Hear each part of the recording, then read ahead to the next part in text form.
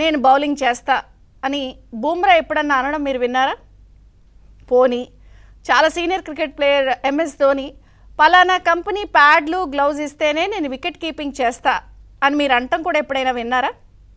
వాళ్ళు అలా అనరు. మనం ఎప్పటికీ కూడా ఇలాంటివి వినం.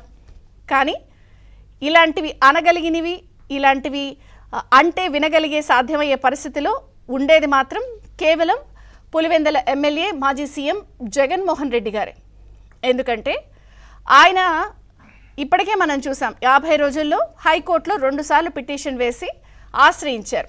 ఒకటి తనకి ప్రధాన ప్రతిపక్ష హోదా కల్పించాలని, ఇప్పుడు తాజాగా 900 మందితో భద్రత కల్పించాలని. సో ప్రతిపక్ష హోదా కల్పిస్తే అసెంబ్లీకి వస్తానని, అదే భద్రత కల్పిస్తే ఏపీలో ఉంటాను అని. ఇలాంటివి ఆయనకే సాధ్యం, ఆయన దగ్గర నుంచే వింటాం. గత 5 ఏళ్ల ఆయన పాలనలో మరి అనేక సార్లు కోర్టులు చీత్కరించినా, లేకపోతే కోర్టు మొట్టికాయలు వేసినా, కోర్టు ఇలా కాదు ఇలా వెళ్ళండి అని చెప్పినా ఎప్పుడు విన్న పాపాన పోలేదు. కానీ ఇప్పుడు ఆయన విషయానికి వచ్చేసరికి మాత్రం అదే కోర్టును ఆశ్రయించారు. సరే, అది ఆయన హక్కు, వెళ్ళడంలో తప్పులేదు. అయితే ఇక్కడ మనం అనుకుంటున్నాం కదా, ఇలాంటి టైపు వాదన కేవలం జగన్మోహన్ రెడ్డి గారే చేయగలరు. ఎందుకంటే ఇప్పుడు ఆయన ఏకంగా 900 మందితో ఆయనకి భద్రత పునరుద్ధరించాలని మాజీ సీఎం జగన్ గారు వేసినటువంటి పిటిషన్పై ఏపీ వ్యాప్తంగానే కాదు, మొత్తం ఎక్కడ చూసినా కూడా ఇదే చర్చ నడుస్తోంది. ఎందుకు ఇంత సడన్గా ఆయన తనకు భద్రత కల్పించాలని పిటిషన్ వేశారు? ఎందుకంటే జూన్ 3 అంటే ఫలితాలకు వచ్చే ముందు రోజు ఎటువంటి సెక్యూరిటీ ఉందో అటువంటి సెక్యూరిటీనే మళ్ళీ తిరిగి పునరుద్ధరించాలని అడుగుతున్నారు. అయితే నిబంధనల మేరకే ఆయనకి సెక్యూరిటీ కల్పించాము, ఆయన సెక్యూరిటీ మేమేం తగ్గించలేదు. సో ఆయనకి Z+ భద్రత కొనసాగుతోంది. కానీ సీఎం హోదాలో ఉన్నటువంటి భద్రత కొనసాగించడం కుదరదు, అవన్నీ కూడా నియమ నిబంధనలకి విరుద్ధం అని చెప్పి ఇప్పటికే పోలీస్ శాఖ దీనిపై వివరణ ఇచ్చింది. అయితే గతంలో మీరు ఒక్కసారి ఫ్లాష్ బ్యాక్ వెళితే ఆయన సీఎంగా ఉన్నటువంటి రోజుల్లో ఆయనకి ఎటువంటి భద్రత ఉండేదంటే 3 షిఫ్టుల్లో కలిపి 986 మంది ఆయనకి సెక్యూరిటీ ఇచ్చేవారు. అంటే 3 షిఫ్టుల్లో ఒక్కో షిఫ్ట్లో 310 మంది పైచిలకు ఆయనకు భద్రత ఇచ్చేవారు. అలాగే ఆయన బిల్డింగ్ చుట్టూతా కూడా 30 అడుగుల పైన ఎత్తైన ఇనప గోడలు, జనరల్గా ఏమవుతుందంటే స్కాఫోల్డింగ్స్ అంటారు వాటిల్ని, ఆ స్కాఫోల్డింగ్స్ లాంటి ఇనప కంచెలన్నింటినీ కూడా 30 అడుగుల మేర బిల్డింగ్ చుట్టూతో ఏర్పాటు చేశారు.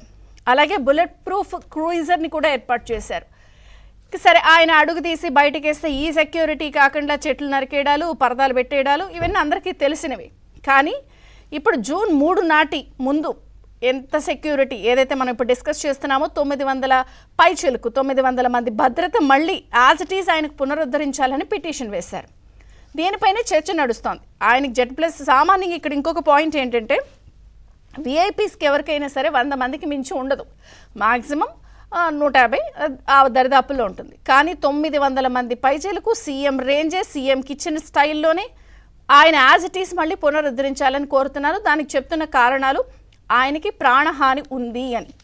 సో ఆయనకి గతంలో ఎలక్షన్స్ క్యాంపెయినింగ్లో భాగంగా కూడా గులకరాయితో దాడి జరిగిందని, గతంలో కోడికత్తి ఇష్యూని ఇవన్నీ చూపిస్తూ ఆయనకి ప్రాణహాని ఉందని చెప్పి కోర్టు దృష్టికి తీసుకొస్తున్నారు. కేవలం ఈ గులకరాయి లేకపోతే కోడికత్తి కేసులతోనే ఆయనకి ప్రాణహాని ఉందా? మరి దానికి సంబంధించి Z+ భద్రత కొనసాగిస్తున్నామని పోలీసులు చెప్తున్నారు. అయినప్పటికీ కూడా ఎందుకు ఆయన 900 మందితో భద్రత కావాలని కోరుతున్నారు? దీని వెనకాల ఏమన్నా భయమా, బేజారా, కంగారా? ఆయన జస్ట్ పార్టీ అధ్యక్షుడే, ఒక దేశానికి ప్రెసిడెంటో దేశాధ్యక్షుడో అయితే కాదు. ఇలాంటి జోకులు పేరుతున్నాయి.